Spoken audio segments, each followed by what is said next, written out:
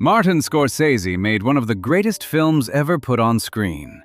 Goodfellas is 146 minutes of sharp suits, nervous laughter, and violence that arrives so fast it leaves you breathless. It won an Oscar. It sits on every list of the best movies ever made. And it is based on real people who did real things. But there is a version of this story that no film could ever fully show you. Not because the filmmakers lacked the nerve, but because some of what actually happened is too specific, too methodical, and too permanent to translate cleanly into a 2-hour runtime. A body crushed into scrap metal. A murder assembly line running inside a Brooklyn bar for nearly a decade. A mob boss shot dead on a packed Manhattan street 9 days before Christmas, while the man who ordered it watched from a car across the road. Today, we are covering the real cases behind Goodfellas and the parts the movie could not show you. Section 1. The Billy Batts Murder. What the movie could not show you. William Bentvena had just finished 6 years in prison for narcotics trafficking. He walked out in June 1970, a free man, and the people he ran with threw him a welcome home party the way they always did. Food, drinks, and everyone from the neighborhood showing up to celebrate. The party was held at Robert's Lounge, a bar in Ozone Park, Queens, owned by a Lucchese crime family associate named Jimmy Burke. Bentvena was a soldier in the Gambino crime family, connected to some of the most powerful men in New York, including a rising figure named John Gotti. He was 37 years old. He had every reason to believe that night was the beginning of something good. At some point during the party, Bentvena spotted Tommy DeSimone across the room. DeSimone was a Lucchese associate who had worked as a shoeshine boy as a kid growing up in Queens. Bentvena, wanting to impress some mobsters from another family who were present that night, turned to DeSimone and asked him if he still shined shoes. It was meant as a ball-busting joke. In mob circles, men did this to each other all the time. But DeSimone was not wired like other people. He turned to Jimmy Burke and Henry Hill sitting beside him and quietly said that he was going to kill Bentvena. Hill, who later described DeSimone as a pure psychopath, believed him immediately. The rule in the American Mafia was simple and absolute. A made man, someone who had been formally inducted into a crime family, could not be harmed without approval from the top. Bentvena was a made man. DeSimone was not. Killing Bentvena without permission from the Commission, the governing body of the 5 New York families, was a death sentence for whoever did it. Every single person in that room understood this. It did not stop what happened next. 2 weeks after the party, on June 11, 1970, Bentvena walked into the Suite, a nightclub in Jamaica, Queens that was owned by Henry Hill. The club was nearly empty by the time he arrived. DeSimone was already there. What happened next was not a fight. DeSimone pulled out his pistol and pistol-whipped Bentvena across the head, screaming at him to shine his shoes as he did it. Jimmy Burke held Bentvena down. Hill watched. They beat him until he stopped moving, and they were certain he was dead. Then they wrapped him in a tablecloth, carried him out of the nightclub, and put him in the trunk of Hill's 1970 Buick Electra. The 3 of them drove north, heading toward upstate New York, where Burke had a friend who owned a dog kennel. The plan was to bury the body on the property, but somewhere on the road, they heard sounds coming from the trunk. Bentvena was still alive. He had survived the beating. He was moving around in the dark inside a car trunk, wrapped in a tablecloth, while the men who had put him there argued about what to do. They stopped at DeSimone's mother's house. They went inside and got a knife, a bag of lime, and a shovel. Then they drove back out to a road in upstate New York and opened the trunk. DeSimone stabbed Bentvena. Burke beat him with the shovel and a tire iron. Hill later told author Nicholas Pileggi that the stabbing went on for 30 or 40 times. When it was over, they buried the body at the dog kennel and drove back to New York. The movie Goodfellas shows a version of this. What it cannot show is what came next. Because the murder of Bentvina created a problem that would take 9 years to fully unravel. About 3 months after the killing, Burke got word that the friend who owned the dog kennel had sold the property to housing developers. Construction crews were coming. The body had to move. Burke ordered Hill and DeSimone to go back upstate, dig up whatever was left of Bentvina, and get rid of it somewhere else. Hill later gave different accounts of where the remains ended up. In the book Wise Guy, he said the body was crushed in a mechanical compactor at a junkyard in New Jersey owned by a man named Clyde Brooks. In the DVD commentary for Goodfellas, he said the body was first buried in the basement of Robert's Lounge before eventually going into the compactor. Either way, by the end of 1970, William Bentvina, a made member of the most powerful crime family in New York, had been beaten to death with a shovel, stabbed dozens of times, dug up months later, and fed into a machine that crushed cars into cubes of scrap metal. The Gambino family knew something had happened to Bentvina. His last known location was traced to Hill's nightclub. They suspected DeSimone. They had no proof. The rules said they needed proof, or at least enough certainty to act without starting a war. So they waited. For 9 years, DeSimone walked around New York believing he had gotten away with it. He had not gotten away with it. On January 14, 1979, Tommy DeSimone was told he was finally going to be formally inducted into the Lucchese crime family, something he had been promised for years. Peter Vario and Bruno Facciolo picked him up and drove him to an undisclosed location. DeSimone was never seen again. His body was never found. He was 32 years old. The exact details of what happened to him have never been confirmed, but it is widely believed that the Gambino family, after finally receiving the information they needed about who killed Bentvina, arranged his death. Henry Hill would later tell investigators that DeSimone had already been killed before Martin Krugman disappeared on January 6th of that year. The movie made the Billy Batts killing look like one bad night between hot-headed men. In reality, it was the beginning of a chain of events that took nearly a decade to finish, left no recoverable body, and ended with the man responsible being driven to his death in a car, just like the man he killed. The next case involves a man whose violence operated on a completely different scale. Not one body hidden in a junkyard, but an estimated 200 people processed through a system so methodical it had a name, and was run out of a bar in Brooklyn that the neighborhood walked past every single day without knowing what was happening inside. Section 2. Tommy DeSimone. The real Tommy DeVito was even worse. Thomas DeSimone was born on June 6, 1946, and grew up in Queens, New York, in a family that was already deep inside the world of organized crime. His grandfather had been a mob boss in Los Angeles. His uncle had led the Los Angeles crime family. Both of his brothers became associates of the Gambino crime family. By the time Tommy was 15 years old, in 1965, he had been introduced to Paul Vario, a powerful captain in the Lucchese crime family. That was the end of whatever normal life he might have had. Henry Hill, who worked alongside DeSimone for years and later told his story to author Nicholas Pileggi for the book Wise Guy, remembered the first time he laid eyes on him. DeSimone was a skinny kid wearing a wise guy's suit and a pencil mustache, trying hard to look older than he was. Hill described him as someone who always had something to prove.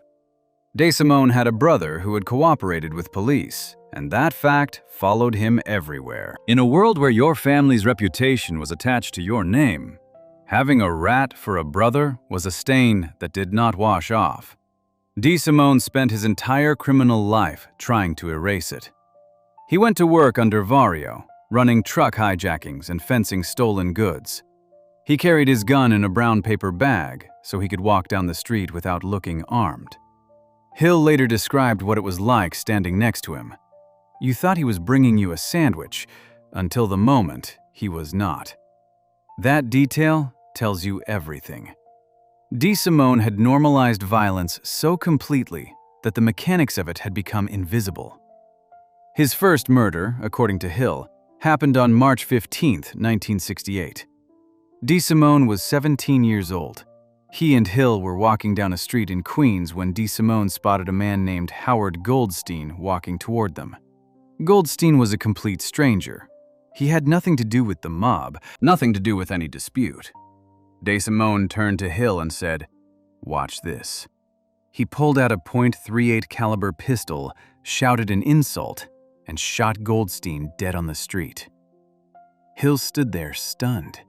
DeSimone looked back at him and said, "He was a mean cat." That was the entire explanation. A random man was dead on the pavement, and DeSimone was already walking away. Hill described DeSimone in Wise Guy as someone who would sometimes kill a person just to try out a new gun. He said DeSimone had killed around 4 people while in prison. He and Burke did not even know DeSimone's full body count. It is believed he was responsible for participating in at least 5 documented murders between 1968 and 1978. Bentvina, Howard Goldstein, Michael Gianco, William Reckhow, Ronald Giroth, and Parnell Edwards.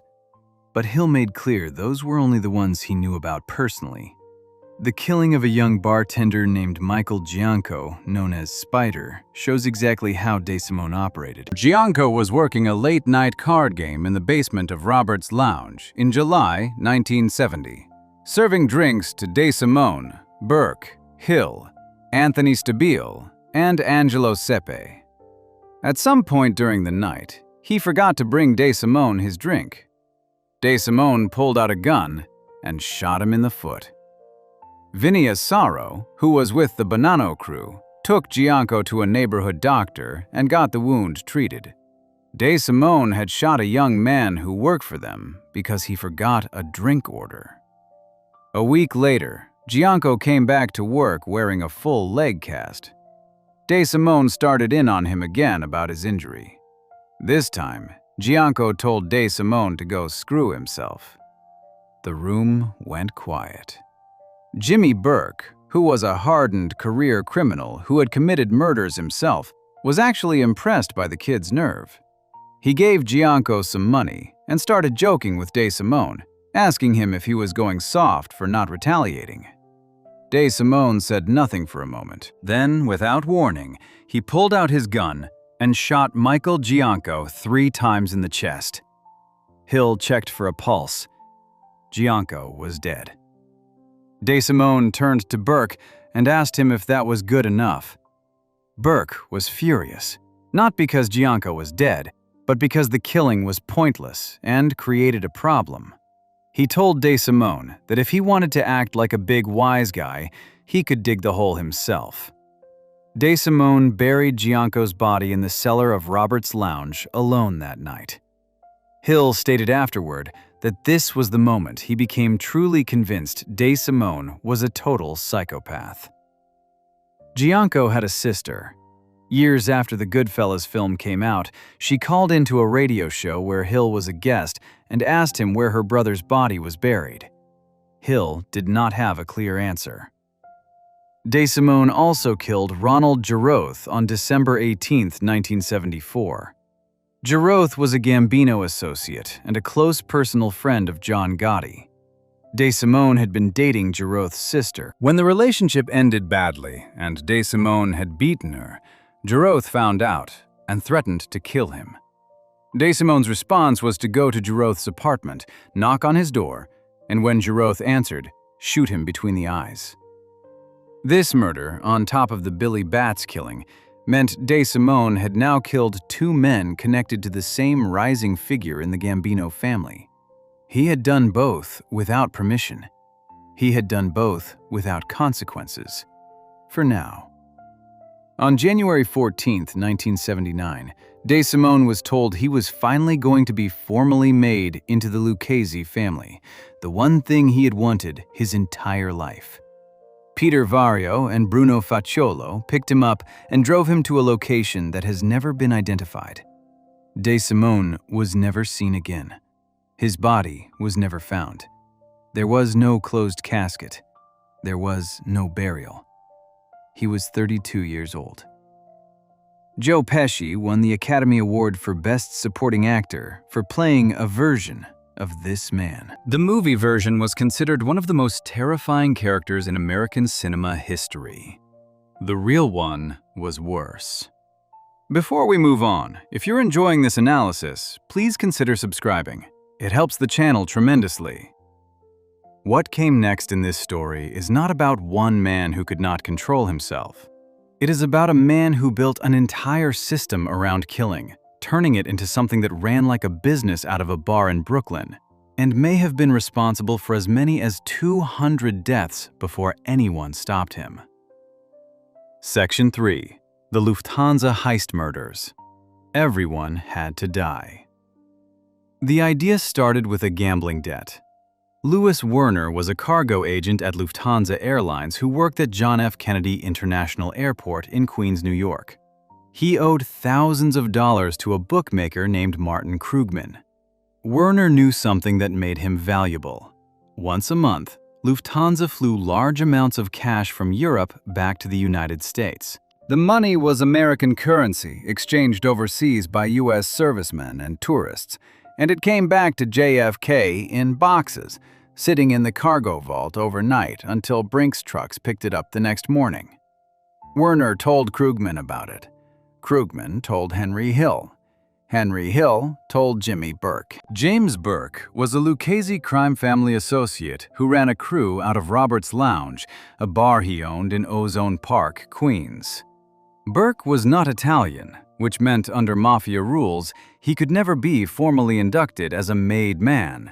But he was trusted enough to operate alongside the Lucchese family and had spent years pulling off hijackings and robberies at JFK. He knew the airport. He knew how to move stolen merchandise. When he heard what Werner was describing, he took control of the plan immediately. Burke assembled a crew that included Tommy DeSimone, Angelo Seppi, Joe Manry, Robert McMahon, and others. He also brought in representatives from other families with airport territory.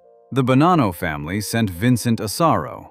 A getaway driver named Parnell Edwards, who went by Stax, was assigned one job: take the black Ford Econoline van used in the robbery to a junkyard controlled by John Gotti and have it crushed. That was his entire responsibility. At 3:12 in the morning on December 11th, 1978, the van pulled up to Building 261, Lufthansa's cargo terminal at JFK. The crew cut the padlock at the gate with bolt cutters, climbed into the building wearing ski masks and gloves, and rounded up the night shift workers at gunpoint. 9 employees were handcuffed in the lunchroom and ordered to lie on the floor. A cargo supervisor was forced to open a 10 by 20-foot vault without triggering the alarm.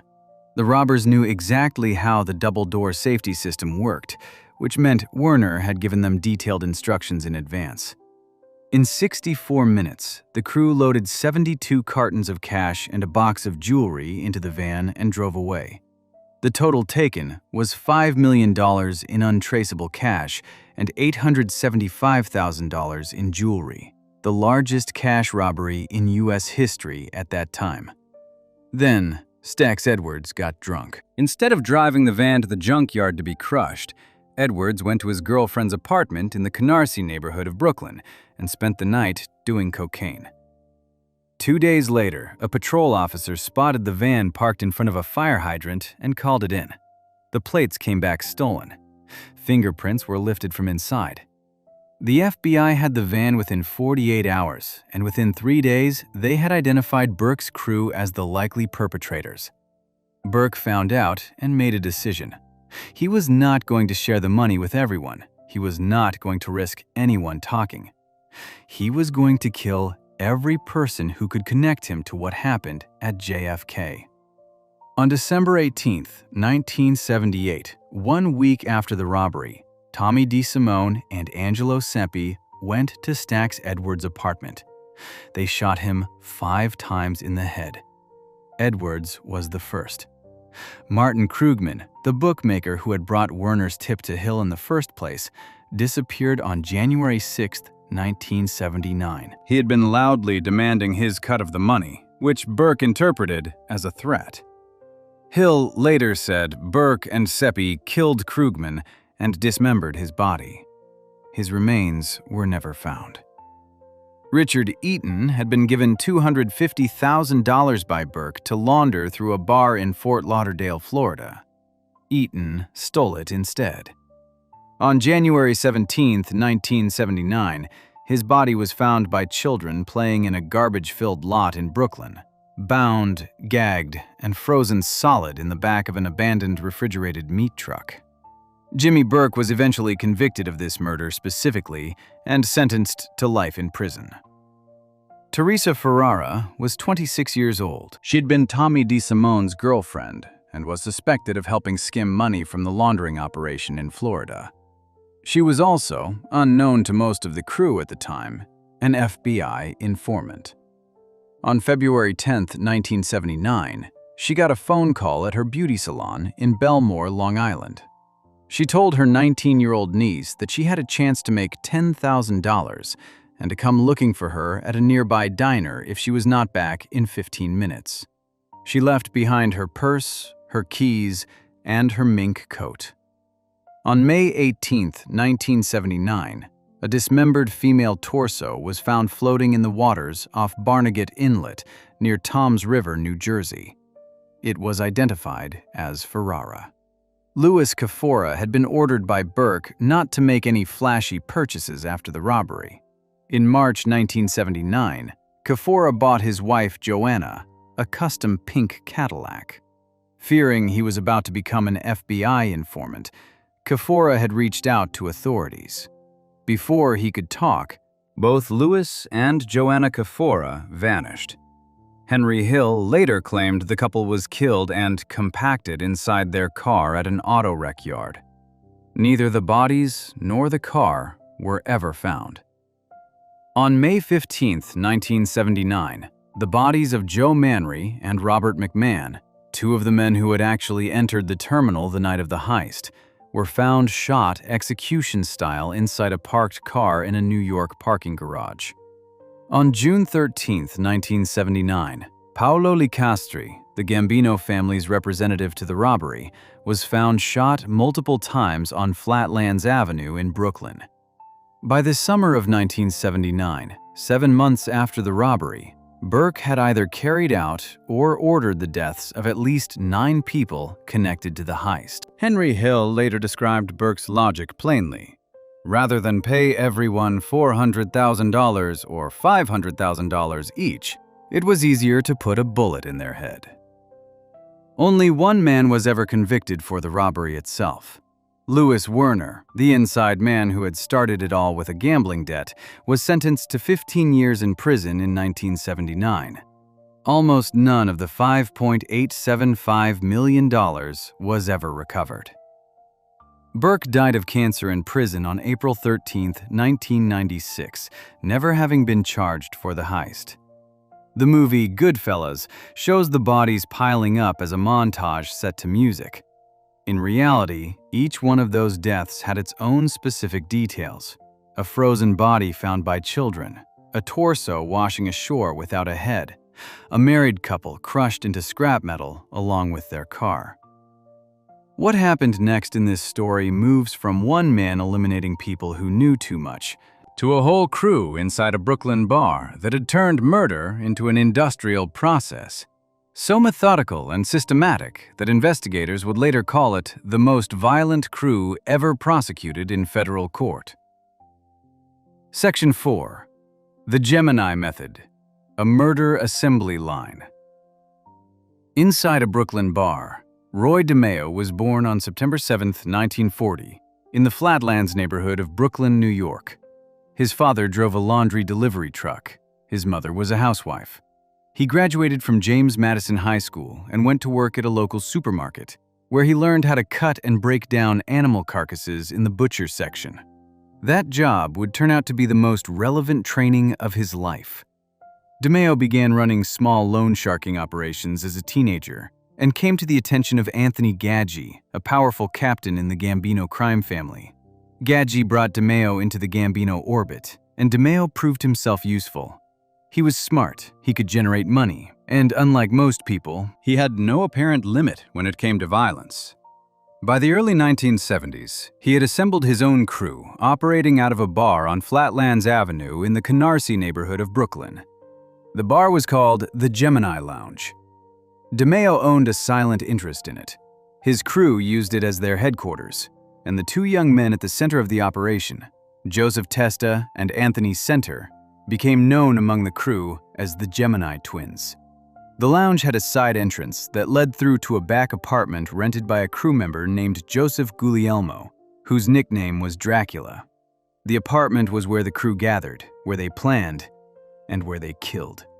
The crew had a specific process for murder. Step by step, assigned roles, practiced so many times it became routine. The name for it came from the bar. They called it the Gemini method. Here is exactly how it worked, as described in court testimony by former crew members Dominic Montilio and Frederick DeSimone, who became government witnesses in the early 1980s. The target was lured into the Gemini Lounge under some pretense and brought through to the back apartment. At that point, DeSimone, almost always DeSimone personally according to DeSimone's testimony, would approach with a silenced pistol in one hand and a towel in the other. He shot the victim in the head, then immediately wrapped the towel around the wound like a turban to stop the blood from spreading across the floor. A second crew member, usually Chris Rosenberg in the early years, would then stab the victim in the heart to stop the blood from continuing to pump out of the bullet wound. The body would then be stripped of clothing and dragged to the bathroom, where it was hung or positioned over the tub and left to drain. Whatever blood remained drained out through the shower.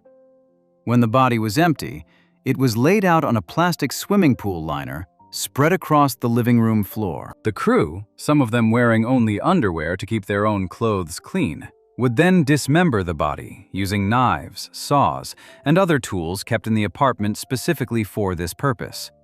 The pieces were wrapped in plastic garbage bags, placed into cardboard boxes, and driven to the Fountain Avenue dump in Brooklyn, where they were disposed of among the regular garbage. The crews. In at least one documented case, a man was killed because he had a fist fight with DeSimone and left bruises on his face. DeSimone got permission and had him killed. The crew also ran a large-scale car theft operation, shipping stolen vehicles overseas to buyers in Saudi Arabia and other countries through a network of contacts. When one of his car theft partners, a man named Andre Katz, became an FBI informant and confessed to authorities, DeSimone had him lured to an apartment under the pretense of meeting a woman.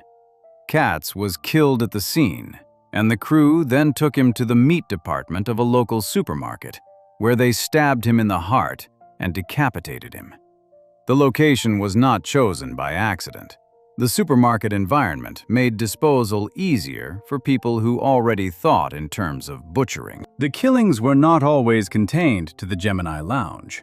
In one incident described in federal court testimony, DeSimone and a shooter killed 2 car ring members inside a building and then began dismembering them on the spot. According to the testimony of Vito Arena, another crew member turned government witness, DeSimone looked at the bodies and said they needed to cut them up. He then sent Arena and another crew member, Henry Borelli, out to buy pizza while the work was done. They went and got pizza. They came back. The dismemberment was finished by the time they returned. In 1979, during an ongoing conflict with a drug cartel over a deal gone wrong, DeSimone spotted a car parked outside his house in Massapequa Park, Long Island. He believed the driver was a hitman sent to kill him. He got into his car with 2 crew members and chased the vehicle for 7 miles along Route 110 through the towns of Amityville and Farmingdale before shooting the driver dead. The driver was Dominic Rigucci. He was 19 years old. He had been going door to door selling vacuum cleaners to pay his college tuition.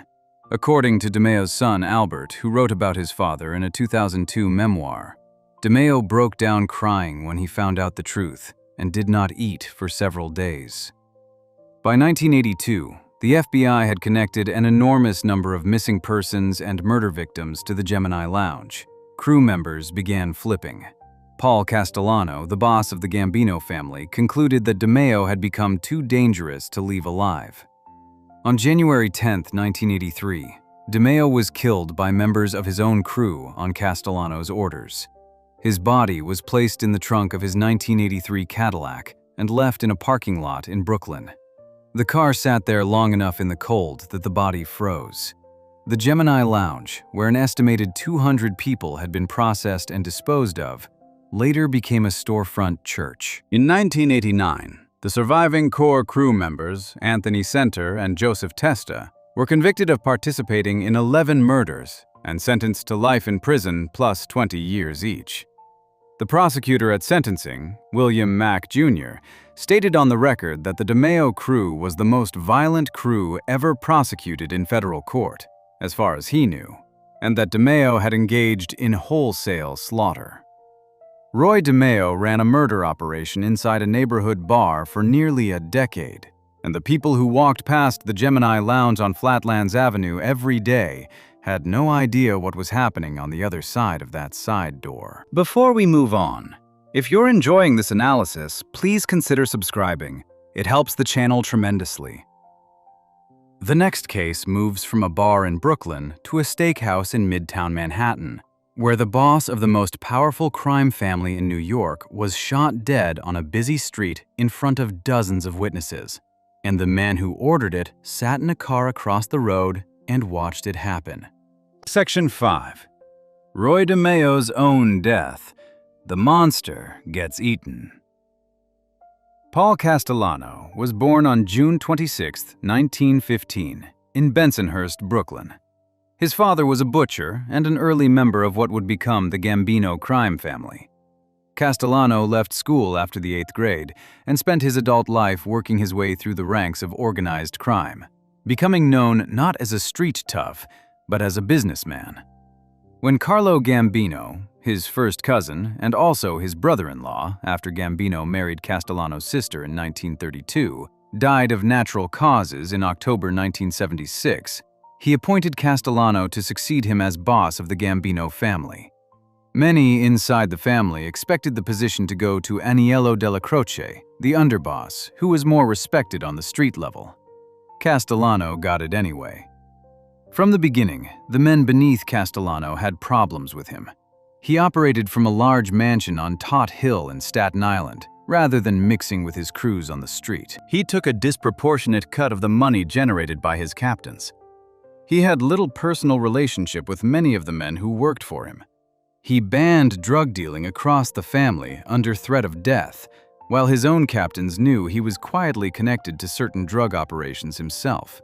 One of the men who resented him most was John Gotti, a captain based in Queens who was personally loyal to Della Croce and had been dealing heroin in violation of Castellano's direct orders. By 1984, the FBI had planted listening devices inside Castellano's Staten Island mansion after waiting for him to leave for vacation, drugging his guard dogs and disabling his security system. The recordings captured conversations about murders, car theft rings, and labor racketeering. Castellano was indicted in early 1985 on federal racketeering charges and released on $2 million bail. He was facing the strong possibility of spending the rest of his life in prison. Then on December 2, 1985, Aniello Della Croce died of cancer. He was the one figure in the family whose presence had kept a fragile peace between Castellano and the captains who disliked him. Castellano did not attend the wake. He said publicly that his legal troubles made it unwise to be seen at a known mobster's funeral. To the men in the family, particularly those loyal to Della Croce, the absence was an unforgivable insult. 2 weeks later, Castellano made the situation worse by naming his personal bodyguard Thomas Bellotti as the new underboss, a move that bypassed senior and far more experienced figures in the family. Word also reached Gotti that Castellano was planning to dismantle his crew entirely. Gotti concluded that Castellano would have him killed before he could be put on trial. He made a decision. He was going to kill Castellano first. The planning involved Gotti, Salvatore Gravano, who was a capo in the family and would later testify about every detail of what happened, Frank DeCicco, and a group of trusted shooters. On the day before the murder, 11 conspirators met at Gravano's office on Stillwell Avenue in Brooklyn to go over the final plan. The 4 designated primary shooters were Vincent Artuso, John Carneglia, Edward Lino, and Salvatore Scala. Backup shooters including Anthony Rampino, Angelo Ruggiero, Joseph Watts, and Iggy Alagna were positioned further along the street. Frank DeCicco, who was a Castellano loyalist but had secretly sided with Gotti, would be inside the restaurant when the hit happened. Gotti and Gravano would watch from a car parked across the street and communicate with the shooters by walkie-talkie. Castellano had a meeting scheduled at Sparks Steakhouse, located at 210 East 46th Street in Midtown Manhattan, on the evening of December 16, 1985. It was 9 days before Christmas. The streets around the restaurant were packed with office workers heading home and holiday shoppers. Gravano later described the planning decision to use this location and time deliberately. The crowds and the confusion would work in their favor. The shooters could disappear into the foot traffic within seconds of the killing. The hit team dressed in trench coats and Russian fur hats. They positioned themselves near the entrance to the restaurant and waited. At approximately 5:25 in the evening, Gravano spotted Castellano's black Lincoln Continental approaching. He used the walkie-talkie to alert the shooters. Castellano's car stopped roughly 100 feet east of the intersection. As Castellano stepped out of the passenger side, the shooters moved in and opened fire. John Carneglia is believed to have delivered the fatal shot to Castellano's head. Thomas Bellotti exited the driver's side and was shot before he could react. He collapsed in the street approximately 2 yards from the curb. Both men were dead on the sidewalk within seconds. Gotti then drove his car slowly past the bodies to confirm that both targets were down. Gravano, sitting beside him, looked at Bellotti and said he was gone. They turned onto 2nd Avenue and headed south back toward Brooklyn. On the pavement outside Sparks Steakhouse, in the middle of holiday foot traffic in Midtown Manhattan, the boss of the most powerful organized crime family in the United States lay dead with multiple gunshot wounds. The hit team had already vanished into the crowd. 2 weeks after the murder, Gotti was recognized as the new boss of the Gambino family. He became one of the most publicly visible figures in the history of American organized crime, known as the Dapper Don for his expensive suits and his willingness to speak to reporters. The FBI indicted him 3 times in the late 1980s and failed to get a conviction each time, earning him a second nickname, the Teflon Don. The 4th attempt was different. In 1991, Gravano, by then Gotti's underboss, agreed to become a government witness after hearing recordings of Gotti making disparaging comments about him on FBI wiretaps. Gravano had participated in 19 murders by his own admission. He testified in detail about the Castellano killing, describing the planning meetings, the positioning of the shooters, the walkie-talkies, and watching the bodies from the car. The New York Times reported that Gotti maintained a fixed smile throughout Gravano's testimony, staring at the man who had been his closest ally for years. On April 2, 1992, John Gotti was convicted of 5 counts of murder, conspiracy to commit murder, racketeering, obstruction of justice, illegal gambling, extortion, and tax evasion. On June 23, 1992, he was sentenced to life in federal prison without the possibility of parole. He died of throat cancer at the United States Medical Center for Federal Prisoners in Springfield, Missouri on June 10, 2002. Nobody else was ever charged for the murder of Paul Castellano. Sparks Steakhouse still operates at the same address. There is no plaque outside, no marker. The spot where Castellano fell is just a stretch of pavement on a busy Manhattan block. The Castellano murder was a public execution carried out on a crowded street 9 days before Christmas, and nobody was convicted for it for 7 years. But as brazen as that killing was, it was planned over months and carried out in seconds. The next case was different. It was not about a coup inside a crime family, but about what happens when a car bomb meant for the man who just took power misses its target and kills the wrong person entirely. Section 6. The Frank DeCicco car bombing. The wrong man in the wrong car. Frank DeCicco was born on November 5, 1935, in the Bath Beach neighborhood of Brooklyn. His father, Vincent, was a soldier in the Gambino crime family, a man known around the neighborhood by the nickname Boozy on account of his drinking. Frank grew up inside the world of organized crime without ever having to seek it out. By the late 1960s, he had joined the Gambino family himself, working his way up from soldier to one of the most trusted figures in the organization. He became closely associated with Paul Castellano, who treated him as a protege. DeCicco was one of the people who attended regular meetings at Castellano's mansion on Tot Hill in Staten Island. He was, on paper, a Castellano loyalist through and through.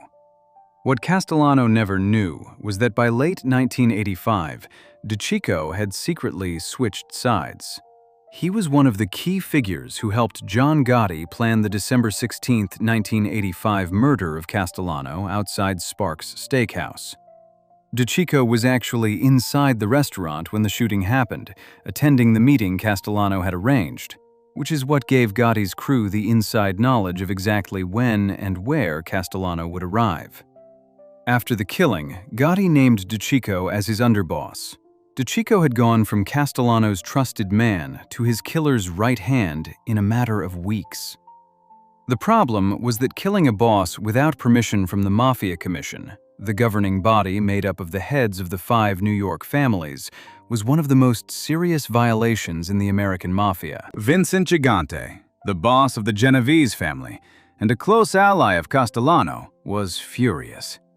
Genovese and Lucchese boss Anthony Corallo decided that Gotti, DeCicco, and every other person involved in the Castellano murder had to die. Corallo assigned the job to 2 rising figures in the Lucchese family, Victor Amuso and Anthony Casso. Amuso and Casso made a deliberate choice to use a car bomb. Bombs had been formally banned within the American Mafia for decades because of the risk they posed to innocent bystanders. The use of a bomb would point suspicion towards Sicilian mobsters, known as Zips, who had a history of using explosive devices. The plan was to make the Gambino family think that associates connected to Castellano from Sicily had carried out the revenge killing, rather than 2 other New York families acting together. To plant and detonate the device, Casso brought in Herbert Pate, a drug dealer and associate of the Genovese family, who had previously served in the U.S. Army and had knowledge of explosives. Pate was chosen specifically because he had no known connection to the Gambino family and could stake out their locations without being recognized. Using plastic explosives and the trigger mechanism from a remote-controlled toy car, Pate built a bomb designed to be attached to the underside of a vehicle. On April 13, 1986, Gotti and DeCicco were scheduled to attend a meeting together at the Veterans and Friends Social Club on 86th Street in the Dyker Heights neighborhood of Brooklyn. They were visiting James Failla, a Castellano loyalist who the new Gambino leadership was trying to keep on side. Amuso, Casso, and Amuso's brother Robert watched from a parked car nearby. Pate approached DeCicco's 1985 Buick Park Avenue and attached the bomb to the underside of the car. Gotti did not show up. He had canceled his attendance at the last minute. When DeCicco walked out of the club and headed to his car, he was accompanied by a Lucchese soldier named Frank Bellino, whose nickname was Frankie Hearts. Bellino bore a strong physical resemblance to John Gotti. The bombers, watching from their car, saw the two men approach DeCicco's Buick and mistook Bellino for Gotti. Pate detonated the bomb.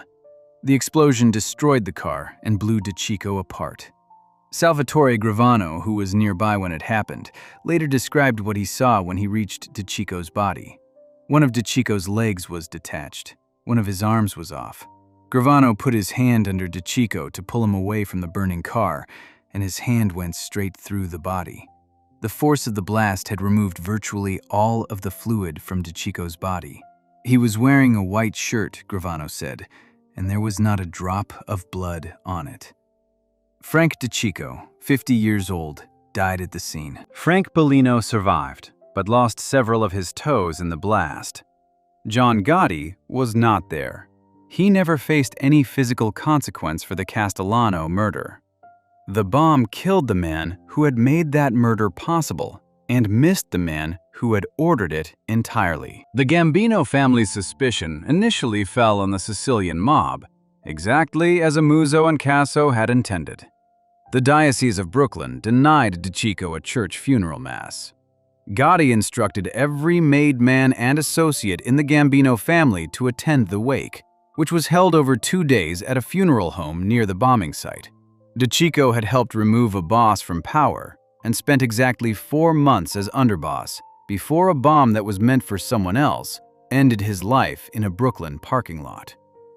The next section moves from a car bomb to a barbershop, where the boss before Castellano met his end while sitting in a barber's chair with a hot towel over his face, a killing so brazen that nobody was ever charged for it. Section 7. Albert Anastasia, shot dead in a barber's chair. Albert Anastasia was born Umberto Anastasio in Calabria, Italy, in 1902. He arrived in the United States in 1919 and settled in Brooklyn, where he found work on the docks and quickly built a reputation as someone who solved problems with violence. By the early 1930s, he had become one of the founding figures of Murder Incorporated, the enforcement arm of the American Mafia that carried out contract killings across the country on behalf of organized crime leadership. Investigators believed Murder Inc. was responsible for between 400 and 1,000 killings between 1921 and 1941. Anastasia ran its operations. His nicknames were the Mad Hatter and the Lord High Executioner. He earned both. In 1951, his boss, Vincent Mangano, and Mangano's brother, Philip, disappeared. Vincent's body was never found. Philip was discovered in a marsh in Jamaica Bay, shot twice in the face and once in the neck. Anastasia told the Mafia Commission that Mangano had been planning to kill him first. The commission accepted the explanation and recognized Anastasia as the new boss of what had been the Mangano family. He ran it from a 25-room mansion on a hilltop in Fort Lee, New Jersey, overlooking the Hudson River. By 1957, several powerful figures in the American Mafia had concluded that Anastasia had to go. Vito Genovese, the boss of the Genovese family, wanted to consolidate power in New York and saw Anastasia as an obstacle. Carlo Gambino, who was Anastasia's own underboss, secretly aligned himself with Genovese. The argument used to justify the murder to the broader Mafia leadership was that Anastasia had been selling membership in his crime family for $50,000 a seat, a serious violation of the rules, and that his increasingly erratic behavior posed a threat to everyone around him. Genovese had already made his move against Frank Costello, Anastasia's closest ally, 5 months earlier in May 1957. A gunman shot Costello in the lobby of his apartment building on Central Park West. The bullet grazed Costello's head. He survived. Facing the reality that Genovese was coming for him, Costello decided to retire and gave up control of his family. With Costello out of the way, Anastasia was next. On the morning of October 25, 1957, Anastasia was driven from his Fort Lee mansion into Manhattan by his chauffeur, Anthony Coppola. Their destination was Arthur Grasso's barber shop inside the Park Sheraton Hotel, located at 877th Avenue at 56th Street in Midtown Manhattan. Anastasia was a regular at this barber shop. It was a routine visit. Coppola parked the car in an underground garage beneath the hotel and then stepped outside for a walk, leaving Anastasia without any protection. Whether Coppola knew what was about to happen has never been established. At approximately 10:20 in the morning, Anastasia settled into chair number 4 at Grasso's shop. The barber, Joseph Bocchino, placed a hot towel over Anastasia's face. Anastasia closed his eyes. 2 men with scarves wrapped around their faces entered the barber shop from the lobby, walked around a partition that separated the entrance from the chairs, and approached Anastasia from both sides. One gunman pushed the barber away from the chair using the barrel of his gun. Both opened fire simultaneously using a .32 and a .38 caliber revolver. 5 bullets struck Anastasia. One hit him in the head. Another passed through his lung, kidney, and spleen. Anastasia was not a man who went quietly. Despite being shot multiple times, he rose out of the chair and lunged forward. In the chaos of the moment, confused and mortally wounded, he attacked the mirror on the barbershop wall, trying to reach the reflections of the gunmen rather than the men themselves. The shooters kept firing until Anastasia collapsed and fell dead onto the floor among a pile of bloody towels. The gunman ran back through the lobby and disappeared. Vincent Squillante, Anastasia's godson and protege, who had been sitting in an adjacent chair during the shooting, reportedly yelled that he needed to get out and fled the scene. The NYPD launched a major investigation. Police concluded that the murder had been arranged by Genovese and Gambino and carried out by a crew connected to Joe Gallo, an ambitious figure in the Profaci family. At some point afterward, Gallo reportedly told an associate that the killing had been the work of 5 men. His exact words, as reported by multiple organized crime journalists, were that they should call the 5 of them the Barbershop Quintet. Nobody was ever arrested. Nobody was ever charged. The murder remains officially unsolved. After Anastasia's death, the barber chairs at the Park Sheraton Hotel were repositioned to face away from the mirror. The chair Anastasia had been sitting in was eventually sold at auction for $7,000 and is now on display at the Mob Museum in Las Vegas. The barbershop itself no longer exists. The space is currently a Starbucks. Carlo Gambino took control of Anastasia's family and renamed it after himself. He led it until his death from natural causes in 1976. Vito Genovese's reign as the new boss of his family lasted only a short time. In 1959, he was sentenced to 15 years in federal prison on narcotics charges, the result of a setup orchestrated by the very men he had worked with to remove Anastasia, including Gambino and Lucky Luciano, who paid a drug dealer to implicate him. The man who spent his career ordering other people's deaths was shot in a hotel barbershop on a Tuesday morning while a towel was sitting on his face. And the people who did it walked out through the lobby into the street and were never identified. The next case is the one that directly connects to the Goodfellas movie itself, the Billy Bats rule, and the reason Tommy DeSimone spent 9 years walking around New York as a dead man who simply had not been told yet. Section 8. The Billy Bats Rule. Why Tommy DeSimone was already dead. When Tommy DeSimone beat William Bentvena to death in June 1970, He violated one of the most fundamental rules in the American Mafia. Benvena was a formerly inducted member of the Gambino crime family, a made man. DeSimone was not made. Killing a made man without permission from the commission was not just a serious infraction. It was an automatic death sentence for whoever did it. Every person in that world understood this the moment Benvena went into the trunk of Henry Hill's car. What happened over the next 9 years is a case study in how the Mafia operates: patient, slow, and eventually certain. The Gambino family knew almost immediately that something had happened to Benvena. His last confirmed location was traced to Hill's nightclub, The Suite, in Jamaica, Queens. He never left. But knowing something and being able to prove it are different things, and the Gambinos did not have proof. They had suspicions, strong ones, aimed at DeSimone. But the people who actually knew, Hill, Burke, and DeSimone himself, said nothing.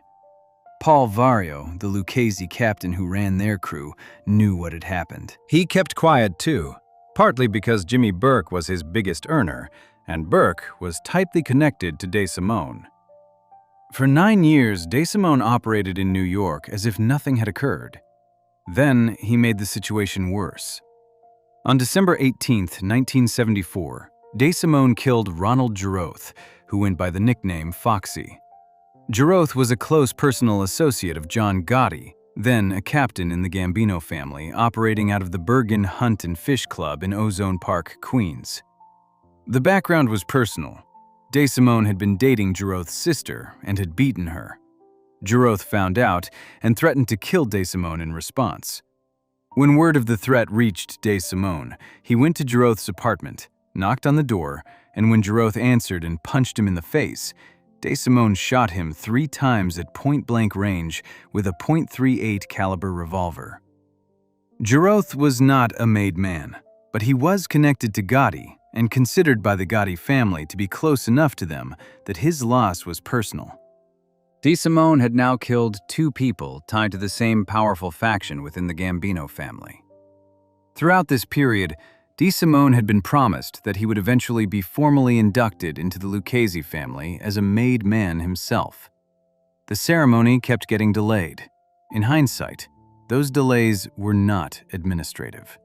Vario was protecting DeSimone from the Gambinos for as long as Burke remained useful and producing money. But Vario also knew that the debt created by the Benvena murder was real and would eventually have to be paid. The accounting came in early 1979.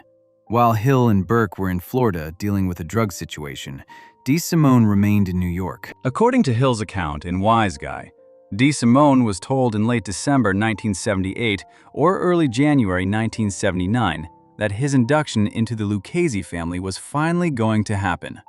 The ceremony was set.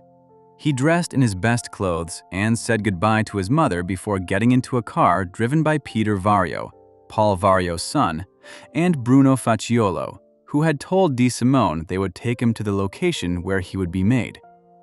There was no ceremony. There was no location. DeSimone was taken somewhere and killed. His body has never been found. Hill learned what happened when he called Burke from Florida. In Wise Guy, Hill describes watching Burke take the call in a phone booth. Burke listened, then slammed the phone down so hard the entire booth shook. He came out with tears in his eyes. Hill had never seen him like that. Burke said they had killed Tommy. He said it was the Gotti crew. He said it was over Billy Batts and a man named Foxy. The exact details of who pulled the trigger have never been confirmed. Henry Hill maintained in multiple accounts that John Gotti personally carried out the killing, wanting DeSimone's death to be slow because Benvena had been a personal friend. Other accounts point to Thomas Agro, a Gambino mobster, as the actual shooter. One unverified source claimed DeSimone's body was transported to Philadelphia and crushed inside a car at a scrap metal yard before being shipped out as scrap. No body has ever been recovered to confirm or refute any version of events. What is confirmed? DeSimone was reported missing by his wife on January 14, 1979. He was legally declared dead in 1990. His brother Anthony was murdered by Thomas Agro the same year Tommy disappeared, killed for being an informant. His brother-in-law, Joseph Spione, was killed for refusing to participate in the plot against DeSimone. The entire extended circle around Tommy DeSimone was being dismantled at the same time he was. The movie shows Tommy getting shot in the head cleanly in an empty room. The reality is that the people responsible for his death covered their tracks so completely that decades later, no one can agree on who fired the shot, where it happened, or where the body ended up. Paul Vario, the man who had protected DeSimone for years and then handed him over to be killed, was convicted of racketeering in 1984 and died in federal prison in 1988. Jimmy Burke was convicted of murder and died in prison in 1996. Henry Hill entered the Witness Protection Program in 1980 and died of heart disease in Los Angeles on June 12, 2012. He was 69 years old. Before we move on, if you're enjoying this analysis, please consider subscribing. It helps the channel tremendously. The next case in this series brings all of it back to where Goodfellas ends, with the man who survived everything, testified against everyone, and then got thrown out of witness protection for dealing drugs, living the rest of his life under his own name. Section 9. Gotti's Conviction. The man who brought down the Teflon Don. John Gotti beat the federal government 3 times. In 3 separate trials during the late 1980s, prosecutors built cases against him and failed to get convictions. A juror in one of those trials was later convicted of accepting a $60,000 bribe to vote for acquittal. Gotti's lawyer, Bruce Cutler, was an aggressive and effective courtroom presence who picked apart government witnesses and kept his client walking free. The press gave Gotti a nickname that followed him everywhere: the Teflon Don. Nothing stuck. Then, Gotti made an error that had nothing to do with the FBI. Beginning in January 1988, Gotti required all of his captains to meet with him in person every week at the Ravenite Social Club, a building on Mulberry Street in Manhattan's Little Italy neighborhood. Gravano, his closest ally, considered this unnecessary and dangerous. FBI agents watching the club were able to identify and photograph much of the Gambino family hierarchy simply by documenting who walked through the door each week. The mandatory meetings also provided strong circumstantial evidence that Gotti was running the organization. In the Mafia, public demonstrations of respect toward a boss were mandatory, which meant the footage of captains traveling to meet Gotti regularly made him identifiable as the man in charge. The FBI eventually managed to plant a listening device inside an apartment above the Ravenite. In December 1990, recordings from that device captured Gotti explicitly acknowledging that he had ordered the murders of Robert DiBernardo and Liborio Milito. Milito had been one of Gravano's own partners. On the tapes, Gotti also discussed his intention to kill soldier Louis DeBono, who had failed to appear at meetings Gotti had summoned him to. DeBono was shot dead on October 4, 1990, in the parking garage of the World Trade Center in Manhattan. The FBI had recorded Gotti announcing the intention to kill him, but failed to warn DeBono in time. On December 11, 1990, FBI agents and NYPD detectives arrested Gotti, his acting consigliere Frank Locascio, and capo Thomas Gambino at the Ravenite Social Club. The judge denied bail. Prosecutors immediately moved to have Gotti's regular defense attorney, Bruce Cutler, removed from the case, arguing that the recorded tapes showed Cutler had been functioning as a house counsel for the Gambino organization rather than as an independent attorney. Judge I. Leo Glasser agreed and disqualified Cutler. Gotti, who had relied on Cutler to win 3 acquittals, now had to go to trial without him. Then Gravano flipped. On November 13, 1991, Salvatore Gravano formally agreed to become a government witness. He was the first underboss of a New York crime family to ever turn informant. Gravano had made his decision after FBI agents played him recordings of Gotti making disparaging remarks about him. Comments that implicated them both in murders, while making clear that Gotti was willing to sacrifice Gravano to protect himself. Gravano's deal with the government required him to plead guilty to a single count of racketeering and cooperate fully. In exchange, prosecutors dropped the murder charges against him. Gravano confessed to participating in 19 murders over the course of his criminal career, 10 of them carried out on Gotti's orders. The trial began in January 1992 in the U.S. District Court for the Eastern District of New York. The jury was kept anonymous, identified only by number, and sequestered throughout the proceedings because of Gotti's documented history of jury tampering.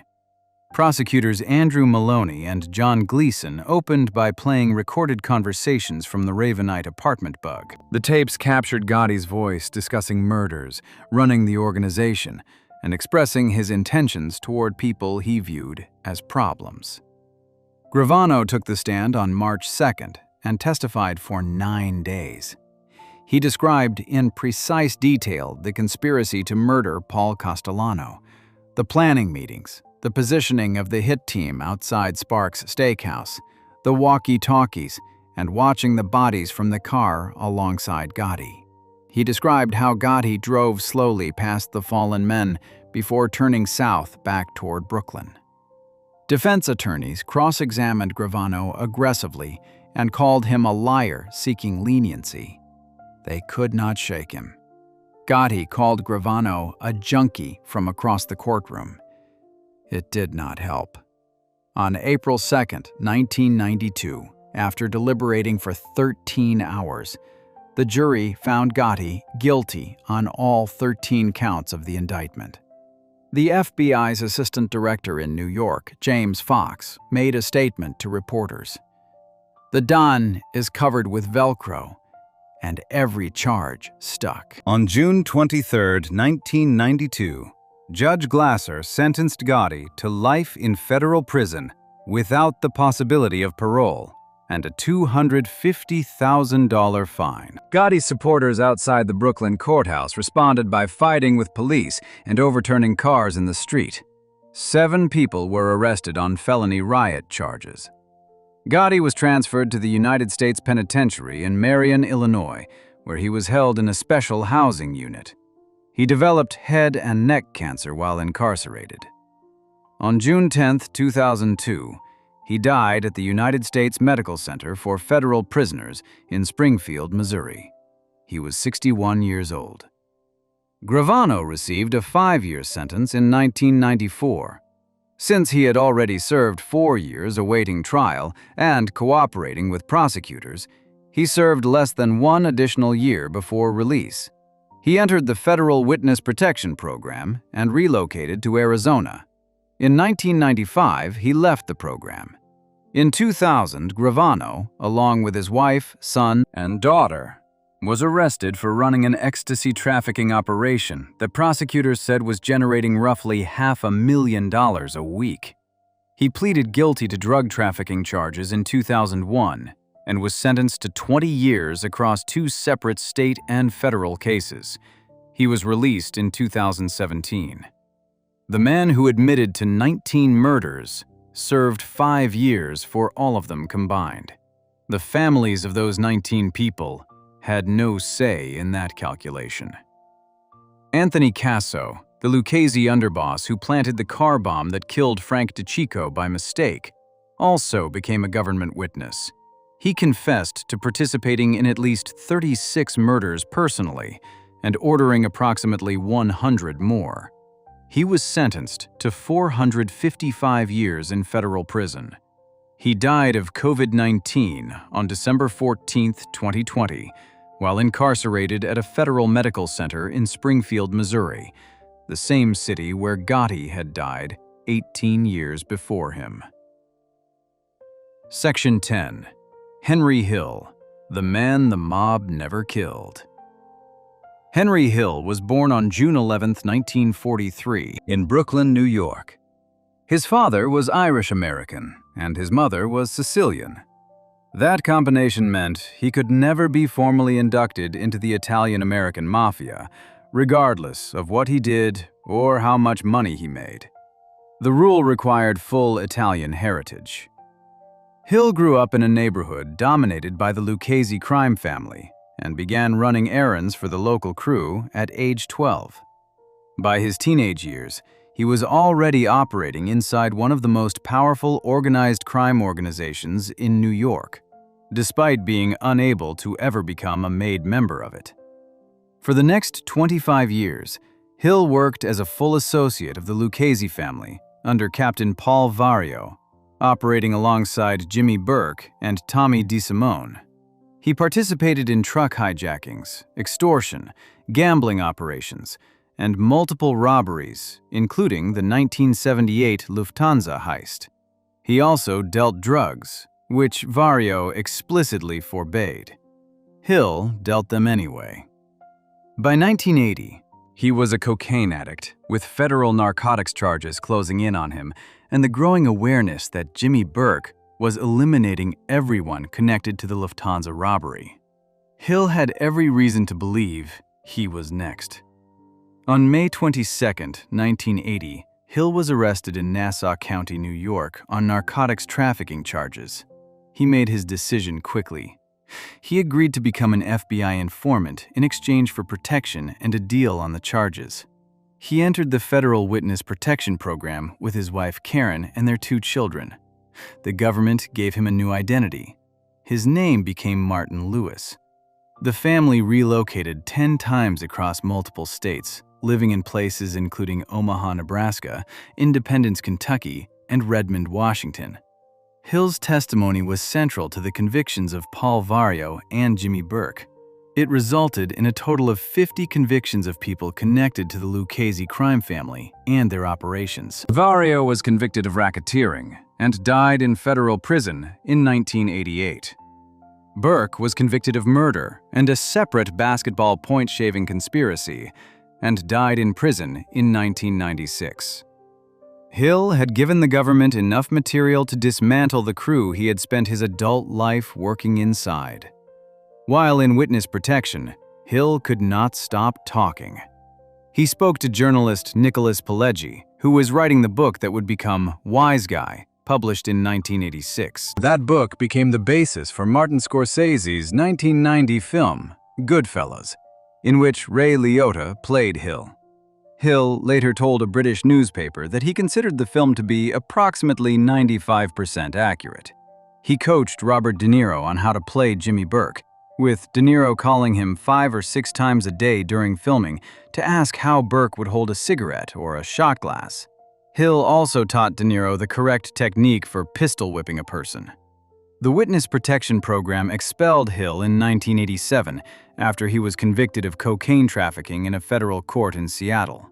He had blown his cover repeatedly, revealing his real identity to people while drunk or high, which was a direct violation of program rules. He had also been arrested multiple times for other offenses while supposedly living as a protected government witness. After his expulsion, Hill lived under his own name. The anonymity the program had provided was gone, and with it went any practical protection from the people he had testified against. He spent the rest of his life waiting for retaliation that never came. Most of the major figures he had given up were dead or imprisoned for decades. The ones still alive had their own legal problems. Hill told reporters he spent years looking over his shoulder and fully expected to be killed. He was never attacked. The years after the program were not calm. In 1990, Karen filed for divorce, and it was finalized in 2002. Hill married a second time to a woman named Kelly Allure. That marriage ended in 1996.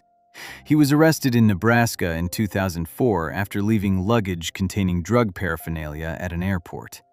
In 2005, he pleaded no contest to attempted possession of methamphetamine and received 180 days of imprisonment. In March 2009, he was sentenced to 2 years of probation after pleading guilty to 2 misdemeanor counts of public intoxication. In between the arrests, Hill cooked. He worked as a chef at an Italian restaurant in North Platte, Nebraska. He marketed his spaghetti sauce recipe online under the name Sunday Gravy. He opened a restaurant called Wise Guys in West Haven, Connecticut in October 2007. It caught fire the following month and closed. He wrote several books, including a cookbook in 2002 and a detailed account of the Lufthansa heist co-authored with DeSimone, which was published in 2015 after his death. He appeared regularly on the Howard Stern radio show. In 2010, he was inducted into the Museum of the American Gangster in New York City. He told ABC News that he had made $550,000 from the Goodfellas film, but believed he was still owed millions. He died in a Los Angeles hospital on June 12, 2012, the day after his 69th birthday, from complications related to heart disease tied to a long history of smoking. His girlfriend of 6 years, Lisa Caserta, was with him. She described his death to CBS News by saying he went out pretty peacefully for a good fella. Hill's testimony sent 50 people to prison.